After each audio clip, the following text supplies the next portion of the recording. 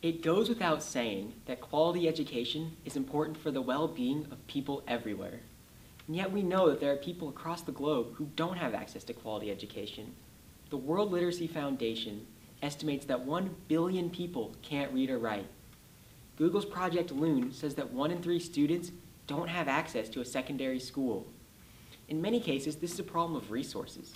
Professional teachers, modern facilities, textbooks, and transportation are all expensive, and many nations can't afford them. But we live in the 21st century. Online education could be an affordable solution to traditional education, particularly in developing countries. If I had a year to focus on one project, I'd like to partner with Khan Academy and use the tools of data science to answer four key questions about online education. The first of these questions is what subject areas are most conducive to online education. Khan Academy has 10 million unique users per month.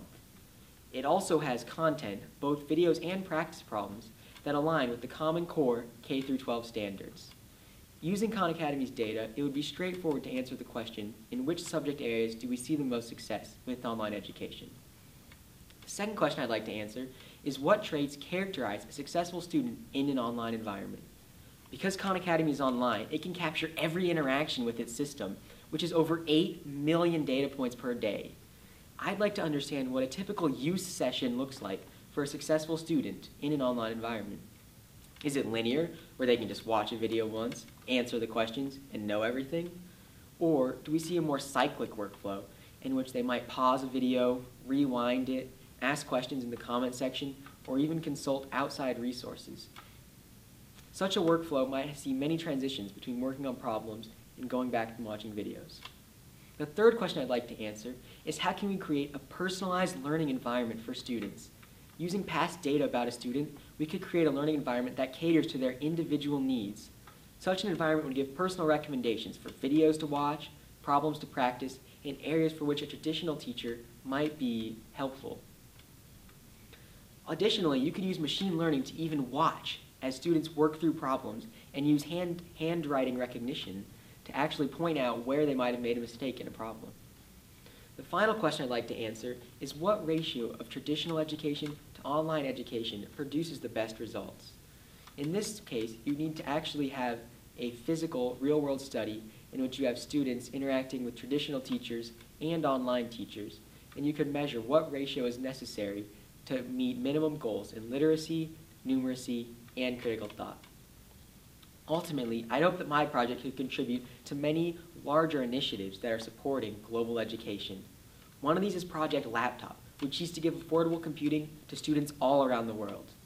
Another such initiative is from the World Literacy Foundation, which wants high-tech solutions for reading. Another initiative, which is my personal favorite, is Google's Project Loon. Project Loon uses hot air balloons launched high into the stratosphere to give stable internet connection to students all around the world. And of course, Khan Academy's own mission is to provide a world-class education to anyone, anywhere. I would hope that my research project could be a part of something bigger.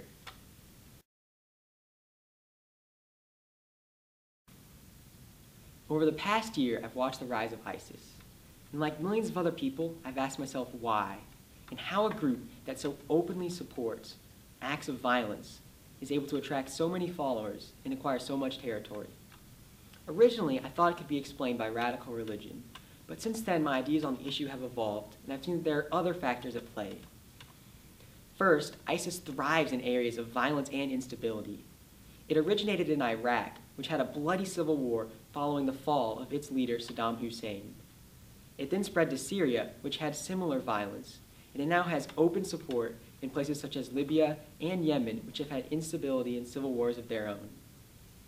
In more stable Muslim nations, such as Indonesia and Morocco, ISIS is much less prominent. Secondly, there are a variety of historical and cultural factors that explain ISIS' rise.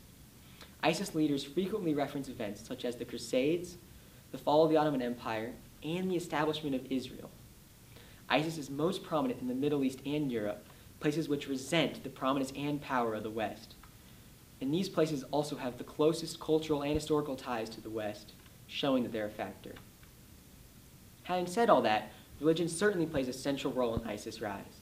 It's ISIS' explicit goal to establish a caliphate, or an Islamic state that will be ruled by their radical interpretation of Sharia law.